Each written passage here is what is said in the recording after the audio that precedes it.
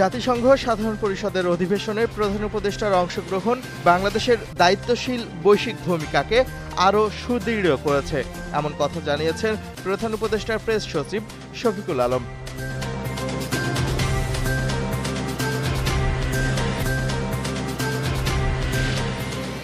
খাগড়াছড়িতে zoom ছাত্র জনতার ডাকা অবরোধ কর্মসূচি স্থায়ীভাবে প্রত্যাহার করা হয়েছে। সংগঠনটির অফিসিয়াল ফেসবুক পেজে প্রকাশিত এক বিবৃতিতে এই সিদ্ধান্ত জানানো হয়।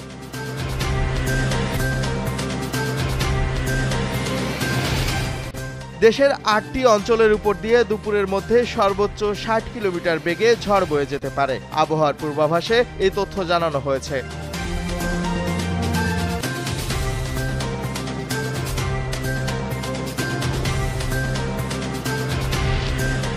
ট্রাম্পের গাজা যুদ্ধবিরতি পরিকল্পনার বিষয়ে হামাসের দেয়া বিবৃতিকে স্বাগত জানিয়েছে জাতিসংঘ মহাসচিব। এক প্রতিবেদনে এ তথ্য জানিয়েছে বার্তা সংস্থা আনাদলু।